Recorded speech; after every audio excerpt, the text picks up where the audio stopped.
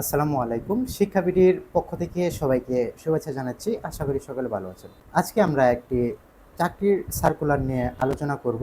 এটিতে অফিস সহায়কে সর্বমোট পদ রয়েছে ৭৬টি এবং একই সাথে ভিন্ন ক্যাটাগরিতে সর্বমোট ৬টি ক্যাটাগরিতে আরও কিছু পদ রয়েছে। এটি একটি সরকারি হাসপাতালের সার্কুলার। এই চাকরিটি সম্পূর্ণ সরকারি।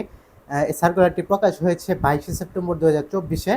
এই সার্কুলারের প্রত্যেকটি পোস্টের জন্য আবেদন করা যাবে ২৪/৯/২০২৪ তারিখ থেকে ১৫/১০/২০২৪ তারিখ পর্যন্ত। এরপর আমরা দেখব কি কি পেশা, কতটি পদ এবং আবেদন করার যোগ্যতা কি কি রয়েছে সেই বিষয়টি নিয়ে এখন আলোচনা করব। প্রথমে যে পোস্টটি রয়েছে এটি হচ্ছে ৬০ মুদ্রাক্ষরিক কাম কম্পিউটার অপারেটর। এটি হচ্ছে ১৪তম গ্রেডের একটি চাকরি। এটিতে একজন নিয়োগ করা হবে। এটিতে আবেদন করার যোগ্যতা হচ্ছে যে কোনো স্বীকৃত বোর্ড হতে স্নাতক বা সমমানের পরীক্ষায় উত্তীর্ণ। অর্থাৎ প্রথমে যে যোগ্যতাটি চাওয়া হয়েছে এটি অনার্স পাস হতে হবে। দ্বিতীয় যে যোগ্যতাটি রয়েছে এটি কম্পিউটার চালানোর দক্ষতা থাকতে হবে এবং ৩ নম্বরে যে যোগ্যতাটি চেয়েছে এটি হচ্ছে ষাটলিপিতে সর্বনিম্ন ইংরেজিতে ৭০টি শব্দ এবং বাংলায় ৪৫টি শব্দ লিখতে হবে এবং মুদ্রাক্ষরে প্রতি মিনিটে ইংরেজিতে ৩০টি এবং বাংলায় ২৫টি শব্দের ন্যূনতম গতি লাগবে। দ্বিতীয় নম্বর যে পোস্টটি রয়েছে এটি ডাটা এন্ট্রি অপারেটর। এটিও ১৪তম গ্রেডের একটি চাকরি। এটিতে শিক্ষাগত যোগ্যতা লাগবে যে কোনো স্বীকৃত বোর্ড হতে উচ্চ মাধ্যমিক সার্টিফিকেট বা সমমানের পরীক্ষা উত্তীর্ণ। অর্থাৎ এটিতে এইচএসসি বা আলিম পাস করেই আবেদন করা যাবে। এটিতেও ২ নম্বরে যে যোগ্যতা চেয়েছে এটিতেও কম্পিউটার চালানোর অভিজ্ঞতা থাকতে হবে এবং ৩ নম্বরে যে অভিজ্ঞতাটি চেয়েছে কম্পিউটার মুদ্রাক্ষরে প্রতি মিনিটে বাংলায় ২০টি শব্দ এবং ইংরেজিতে ২০টি শব্দ লেখার একটি অভিজ্ঞতা থাকতে হবে। ৩ নম্বরে যে পোস্টটি রয়েছে এটি হচ্ছে অফিস সহকারী কাম কম্পিউটার মুদ্রাক্ষরিক। এটি হচ্ছে ১৬তম গ্রেডের এক পদ। এটিতে আবেদন করার যোগ্যতা রয়েছে যে কোনো স্বীকৃত বোর্ড হতে মাধ্যমিক সার্টিফিকেট বা সমমানের পরীক্ষা অর্থাৎ এসএসসি বা দাখিল বা ভোকেশনালে এসএসসি সমমানের যে কোনো সমমানের পরীক্ষা হতে উত্তীর্ণ। এটিও কম্পিউটার চালানোর অভিজ্ঞতা থাকতে হবে। এই পোস্টেও পূর্বের পোস্টের মতো ২০টি বাংলা শব্দ এবং ২০টি ইংরেজি শব্দ ন্যূনতম গতি থাকতে হবে।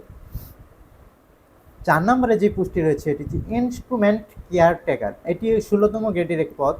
এটিতে যে কোনো স্বীকৃত বোর্ড হতে ইলেকট্রনিক বা মেকানিক্যাল ট্রেডে উচ্চ মাধ্যমিক সার্টিফিকেট ভোকেশনাল হতে এটি পাস করতে হবে। এটির পদ হচ্ছে একটি। ৫ নম্বরে যেই পদটি রয়েছে রিসিপশনের জন্য এটি ১৬তম গ্রেডের একটি পদ। এটির জন্য এটিতে আবেদন করার জন্য যে কোনো স্বীকৃত বোর্ড হতে মাধ্যমিক বা সমান অর্থাৎ এসএসসি পাশে এটি আবেদন করা যাবে।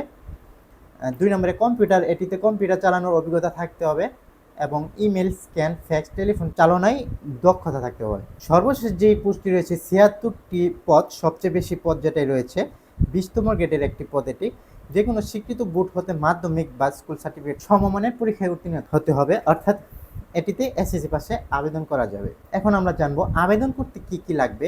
প্রথমে যা লাগবে ভোটার আইডি কার্ড অথবা জন্ম নিবন্ধন, তারপর হচ্ছে এক কপি ছবি এবং স্বাক্ষর লাগবে, একটি মোবাইল নাম্বার লাগবে, সচল মোবাইল নাম্বার। এই পোস্টটিতে আবেদন করার কিছু শর্ত রয়েছে, শর্তগুলো আমরা একটু বলছি। এই প্রার্থীকে অবশ্যই বাংলাদেশের নাগরিক হতে হবে। সকল প্রার্থীর বয়স ১৩/৬/২০২৪ তারিখে সর্বনিম্ন ১৮ বছর এবং সর্বোচ্চ বয়স সীমা হতে হবে আমরা সাধারণত আগে যেই বয়সসীমাটি দেখে এসেছি সেটি।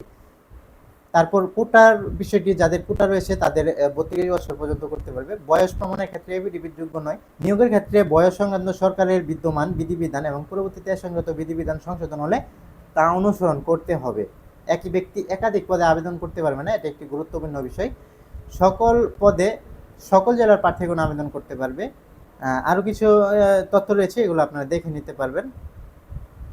এ ছিল আপাতত প্রাথমিক যে তথ্য রয়েছে আমরা দেওয়ার চেষ্টা করছি। যারা এই সার্কুলার আবেদন করতে চান তারা যে কোনো অনলাইনের দোকান থেকে অথবা যারা মোবাইলে করতে চান তারা মোবাইলে দেখে আবেদন করতে পারেন। নিজে নিজে কীভাবে চাকরির আবেদন করতে হয় এ সম্পর্কে আমাদের অন্য একটি চ্যানেলে ভিডিও দেওয়া হয়ে থাকে। সেই চ্যানেলের নাম হচ্ছে আধুনিক একটি ইউটিউব চ্যানেল। আপনারা চাইলে সেই চ্যানেলটি ফলো করে নিজে নিজে আবেদন করতে পারেন। কেউ যদি নিজে নিজে আবেদন করতে না পারেন, আমাদের মাধ্যমে আবেদন করাতে চান, তাহলে কমেন্ট করে জানাবেন। কমেন্ট করে আপনার মোবাইল নাম্বার অথবা ইমেল নাম্বার দিয়ে জানাবেন, আমরা আপনার সাথে যোগাযোগ করবো। আজকের ভিডিওটি এ পর্যন্তই। সকলে ভালো থাকবেন। আল্লাহ হাফিজ।